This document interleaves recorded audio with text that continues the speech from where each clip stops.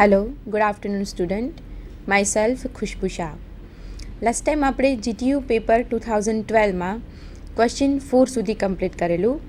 તો આજે આપણે GTU પેપર 2012માં ક્વેશ્ચન 5થી કન્ટિન્યુ કરીએ. ઓકે, તો let's start question 5 of paper 2012.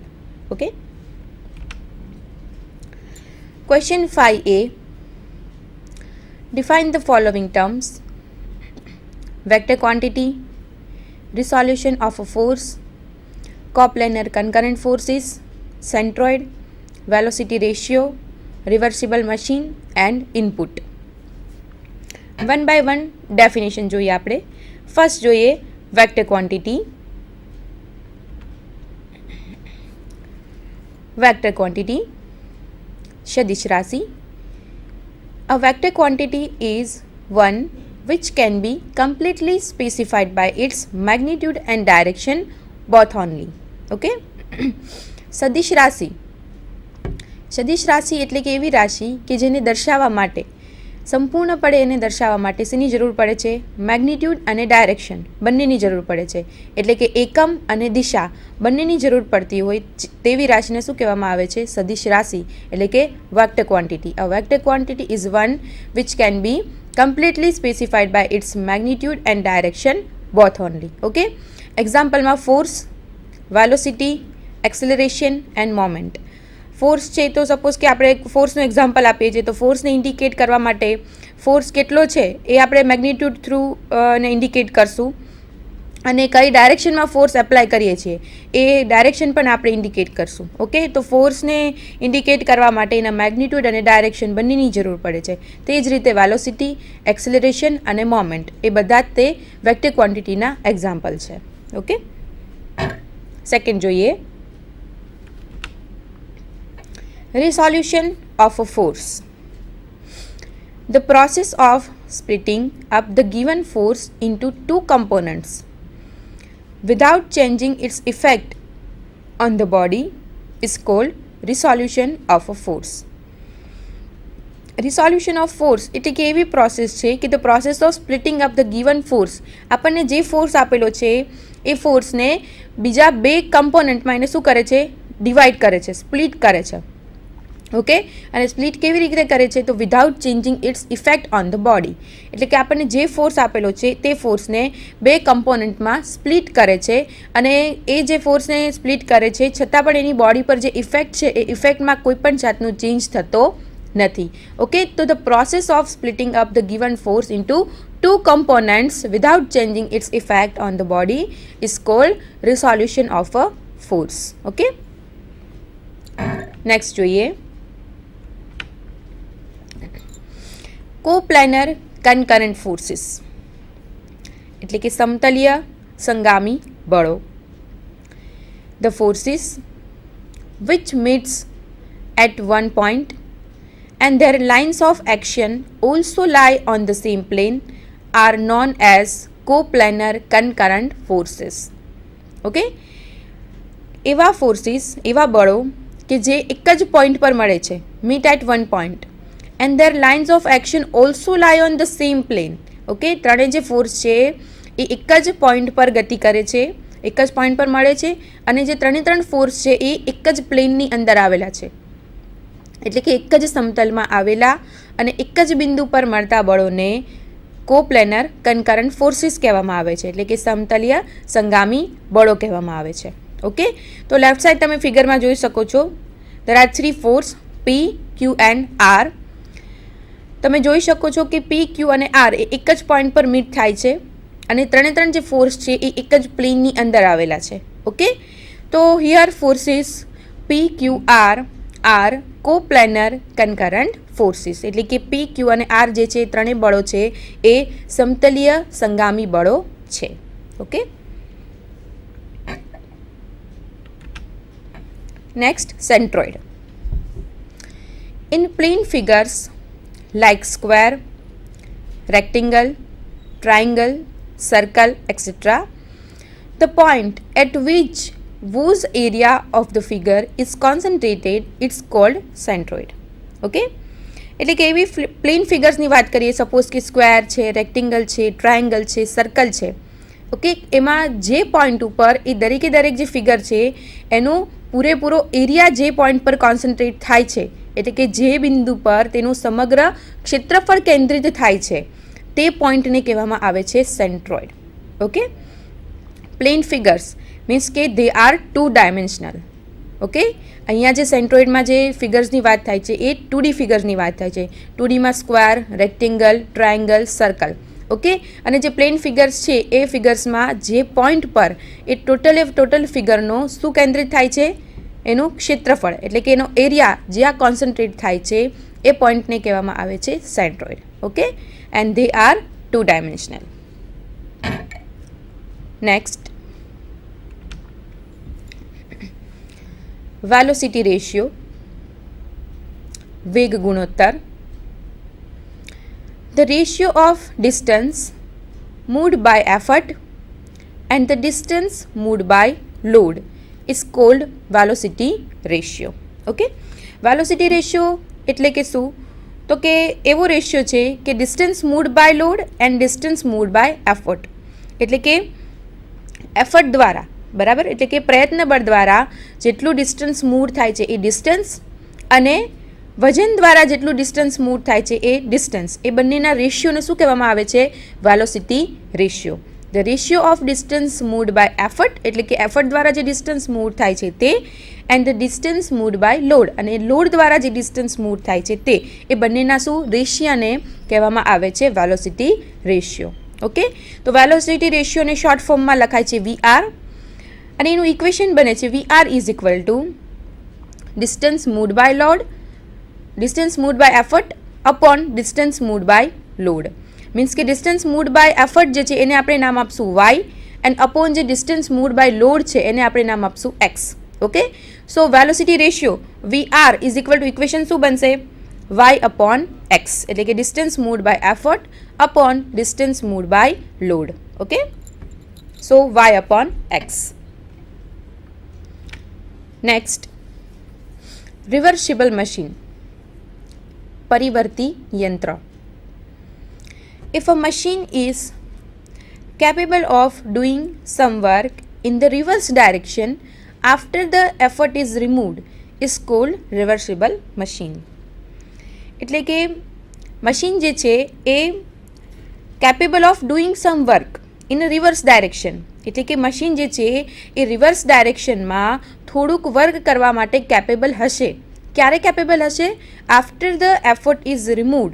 Okay, એટલે કે એના ઉપર જે એફર્ટ લગાડતો હતા એ એફર્ટ રિમૂવ કરી નાખવામાં આવે છે, એટલે કે એફર્ટ એમાં એપ્લાય કરવાનું આપણે બંધ કરીએ છીએ.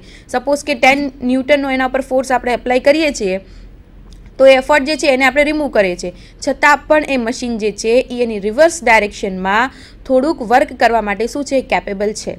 ઓકે, સપોઝ કે બાઇસિકલ છે તો બાઇસિકલ આપણે જ્યારે મૂવ કરીએ છીએ અને પછી એમાં બ્રેક લગાવીએ છીએ તો બાઇસિકલ શું થાય છે, એનું જે વ્હીલ જે છે એ થોડું રિવર્સ ડાયરેક્શનમાં ફરે છે. ઓકે, પણ જે સ્કૂટર છે સપોઝ કે, તો સ્કૂટરની બ્રેક લગાવી છે તો સ્કૂટર ઓન ધ સ્પોટ ત્યાં ફિક્સ થઈ જાય છે. ઓકે, એટલે કે એ રિવર્સ ડાયરેક્શનમાં મૂવ કરતું નથી. તો જે મશીન તેના પર એફર્ટ લગાવીએ છીએ એ રિમૂવ કરી નાખીએ છીએ, એટલે કે એફર્ટ એમાં કોઈ પણ જાતનો એપ્લાય કરતા નથી, છતાં પણ તે રિવર્સ ડાયરેક્શનમાં થોડુંક વર્ક કરવા માટે કેપેબલ હોય તો એ મશીનને કહેવામાં આવે છે reversible machine. Okay, for reversible machine efficiency greater than or equal to 50%. Okay, એટલે કે જે પરિવર્તી યંત્ર છે એની એફિશિયન્સી, એની કાર્યક્ષમતા જે છે એ 50% કરતાં કેવી હોય છે, કાં તો 50% હોય છે અથવા તો 50%થી અપ હોય છે. એટલે કે હંમેશા રિવર્સિબલ મશીન માટે એફિશિયન્સી 50% અપ હોય છે. Okay, next, last, input. ગુજરાતીમાં કહેવાય છે એને આદાન. Input is equal to effort into distance moved by effort. એટલે કે બળ ગુણ્યા બળથી શું થાય છે, બળ દ્વારા જે ડિસ્ટન્સ મૂવ થાય છે એ ડિસ્ટન્સ. ઓકે, તો ડિસ્ટન્સ મૂવ્ડ બાય એફર્ટને હમણાં આગળ પણ આપણે ડેફિનેશનમાં જોયું કે એને આપણે નામ આપ્યું વાય. ઓકે, અને એફર્ટ જે છે એ ફોર્સ છે P. So input is equal to effort P into distance moved by effort means કે વાય. ઓકે, તો ઇનપુટનું ઇક્વેશન બને છે પી ઇન્ટુ વાય. નેક્સ્ટ જોઈએ question 5B. In a double purchase crab winch, the pinion have 10 and 20 teeth and spur wheels have 40 and 50 teeth. The handle is 30 cm long and load axle drum is 20 cm diameter. Find the effort required to lift a load of 1500 Newton when machine of efficiency 40%. Okay, અહીંયા આપણને machine આપેલું છે double purchase crab વિંચ. તો double purchase web ક્રિંચમાં અહીંયા આપણને શું આપેલું છે? સ્પર વ્હીલ અને પિનિયન. એટલે કે ડબલ પરચેસ જે ક્રેબ છે એમાં બે વ્હીલ આવે છે. એક પિનિયન હોય છે જે નાનું વ્હીલ છે એને પિનિયન કહેવામાં આવે છે અને મોટા વ્હીલને સ્પર વ્હીલ કહેવામાં આવે છે. તો આપણને પિનિયન જે છે એના ટીથ આપેલા છે. ઓકે, કેટલા આપેલા છે? નંબર ઓફ ટીથ 10 and 20 અને સ્પર વ્હીલમાં આપેલા છે 40 and 50. એટલે કે ડબલ પરચેસ ક્રેબમાં બે પિનિયન હોય છે અને બે સ્પર વ્હીલ હોય છે. The handle is 30 centimetre long. હેન્ડલની લંબાઈ છે 30 સેન્ટીમીટર. લોડ એક્સેલ ડ્રમનો વ્યાસ ડાયામીટર અહીંયા આપણને આપેલું છે 20 સેન્ટીમીટર. અને આપણે ફાઇન્ડ કરવાનો છે એફર્ટ. શેના માટે? Required to lift a load of 1500 newton. એટલે કે 1500 ન્યૂટનના વજનને ઉચકવા માટે કેટલા બળની જરૂર પડે તે આપણે ફાઇન કરવાનું છે. અને મશીન જે છે એની એફિશિયન્સી આપણને આપેલી છે 40%. એટલે કે કાર્યક્ષમતા છે 40%. ઓકે, ચલો ફાઇન કરીએ. L length of lever is equal to 30 centimetre. આપણને ડાયામીટર આપેલો હતો 20 centimetre. So radius is equal to 20/2 is equal to 10 centimetre. Okay, T1 and T3 એ શું છે? સ્પર વ્હીલના નંબર ઓફ ટીથ છે અને T2 અને T4 જે છે એ પિનિયનના નંબર ઓફ ટીથ છે. તો T1માં છે નંબર ઓફ ટીથ 40, T3ના નંબર ઓફ ટીથ છે 50 એટલે કે સ્પર વ્હીલના, અને T2 અને T4 છે એ પિનિયનના જે છે ટીથ છે એ છે. એટલે કે T2 ઇઝ ઇક્વલ ટુ 10 અને T4 is equal to 20. Okay, velocity રેશિયોનું ઇક્વેશન છે ડબલ પરચેસ ક્રેબ માટેનું. VR is equal to L upon R into T1 upon T2 into T3 upon T4. Okay, so L length of lever is equal to 30 upon radius 10 into T1 40 upon into T2 10 into T3 50 upon into T4 20. Okay, so 30 into 40 into 50 upon 10 into 10 into 20. So velocity ratio VR is equal to 30. તો velocity ratio જે છે એ કયા મશીનનું આપણે find કર્યું? Double purchase crab વિંચનું. Okay, so efficiency is equal to MA upon VR. So 0.40 efficiency આપણને આપેલી છે 40%. સો પર્સન્ટેજ અને ડિવાઈડ કરીએ આપણે તો 0.40 is equal to MA upon VR આપણે ફાઇન્ડ કર્યું. કેટલો ફાઇન્ડ કર્યો આપણે? 30. ઓકે, સો એની વેલ્યુ અહીંયા પુટ કરી. સો એફિશિયન્સીની જગ્યાએ વેલ્યુ લખી 0.40 is equal to MA upon 30. So MA is equal two 0.40 into 30. So MA is equal two 12. Okay, MA means mechanical advantage. Now MA is equal two W upon P. We know that mechanical advantage is equal to W upon P. Load lifted upon effort required. Okay, so W upon P. MA find કર્યો આપણે 12. તો MA ની જગ્યાએ એની value put up કરી 12 is equal to W 1500 upon P. આપણને find કરવાનું કીધું છે કે 1500 ન્યૂટનના વજનને ઉચકવા માટે કેટલા બળની જરૂર પડે. ઓકે, માટે આપણે જે વજન છે W એની જગ્યાએ વેલ્યુ મૂકી આપણે 1500 upon P. Okay, so P is equal two 125 newton. Means P is equal two 1500 upon 12.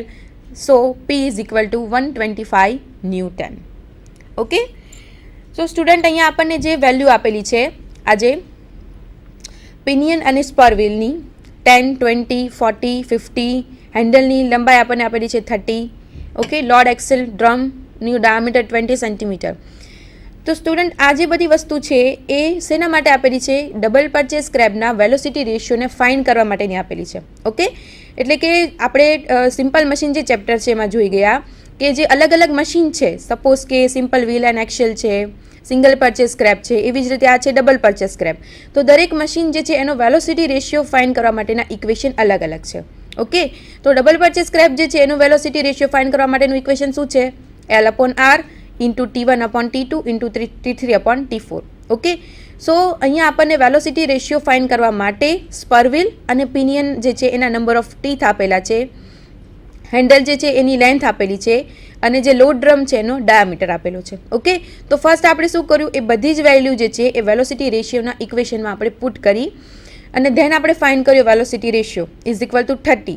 Okay, then આપણે શું કર્યું? આપણે ફાઇન્ડ કરવાનો છે ફોર્સ. પણ જે ફોર્સ જે ફાઇન્ડ કરવાનો છે એ ફોર્સ કયા ઇક્વેશનમાં આપણને મળશે? તો કે મિકેનિકલ એડવાન્ટેજના ઇક્વેશનમાં, એટલે કે W/P. પણ જો આપણે ફર્સ્ટ મિકેનિકલ એડવાન્ટેજ ફાઇન્ડ કરશું તો જ આપણને ફોર્સ પીની વેલ્યુ મળશે. ઓકે, સો ફર્સ્ટ આપણને એક મશીનની એફિશિયન્સી આપી દીધી છે 40%. તો આપણે એ એફિશિયન્સી જે છે એનું જે ઇક્વેશન છે એનો અહીંયા યુઝ કરશું આપણે. Efficiency is equal two MA/VR into 100. પણ અહીંયા આપણે ઇન્ટુ 100 છે એની બદલે ડિવાઈડ કરી નાખ્યું, માટે 0.40 is equal to MA/30. Okay, so આપણે ફાઇન્ડ કર્યો મિકેનિકલ એડવાન્ટેજ એટલે કે યાંત્રિક ફાયદો.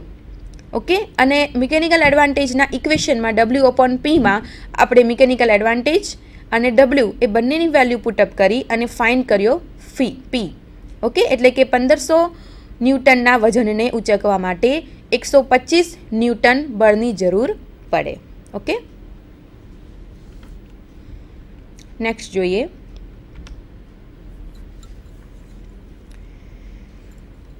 Question 5C. A woman pull water by bucket from a well of 30 meter depth. The bucket is having small hole and is leaking uniformly. When bucket is